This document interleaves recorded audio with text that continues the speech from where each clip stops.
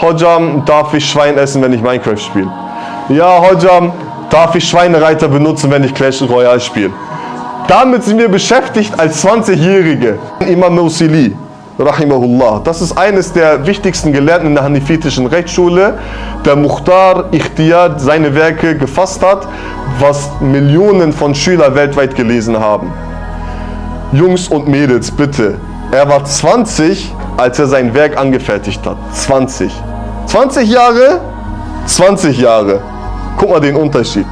Imam Abu Hanifa mit 30 Jahren, Jungs und Mädels, mit 30 Jahren 83.000 Fetwa. Wir mit 30, was machen wir mit 30? Wir sitzen im Raum und sagen, ja Jungs, Champions League Finale ist Messi besser oder Ronaldo. Oder wer bekommt Ballon d'Or, Lamine Yamal oder Dembélé.